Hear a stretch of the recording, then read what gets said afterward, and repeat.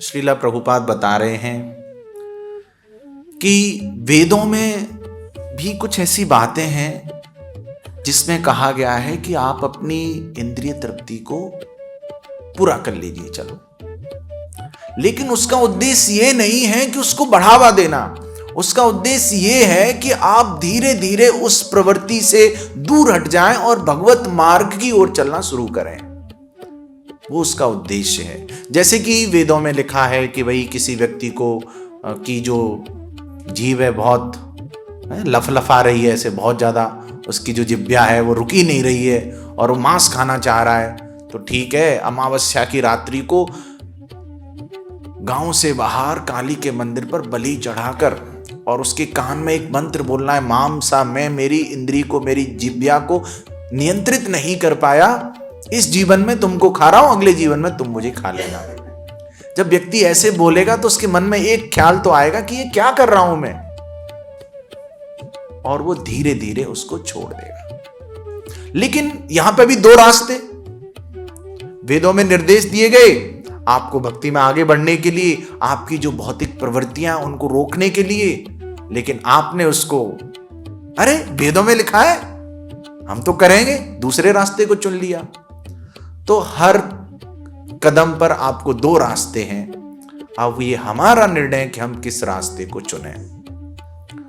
उसके बाद तात्पर्य में श्रीला प्रभुपाद बता रहे हैं कि देखिए, जीवन की सिद्धि, लोग सोचते हैं कि दो नावों पर पैर रख के नदी को पार कर लेंगे। कैसे संभव है ऐसा? दो नावों पर पैर रख के नदी कभी पार होती है? ऐसा संभव नहीं है।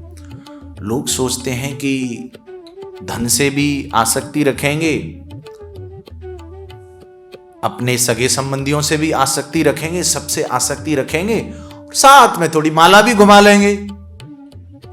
प्रभु जी पूछेंगे तो बता देंगे माला तो चल ही रही है।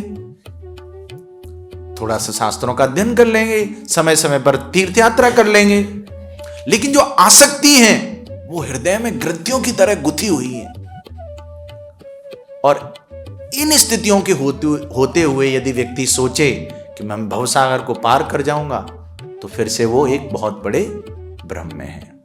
तो यहां पर भी कौन सा रास्ता चुनना है? विरक्ति वाला। अच्छा, विरक्ति और वैराग्य के रास्ते को लेकर लोग बड़े भ्रमित हैं। वो सोचते हैं अपना कर्म कर रहे हैं, इससे बड़ी चीज क्या है, अपना कर्म करते हुए भगवान के धाम चले जाएंगे, लेकिन आसक्तियां वहीं की वहीं हैं। और जिन लोगों ने वैराग्य ले लिया है, एक स्तर का वैराग्य, जैसे कोई मंदिर का भक्त है, मंदिर में सेवा कर रहा है, उन लोगों को लेकर लोगों की धारणा ऐसे थोड़ी होता है। तो उनको यह समझना है, यदि किसी भक्त ने अपना जीवन समर्पित किया है भगवान की सेवा में, उसने कुछ भी छोड़ा नहीं है।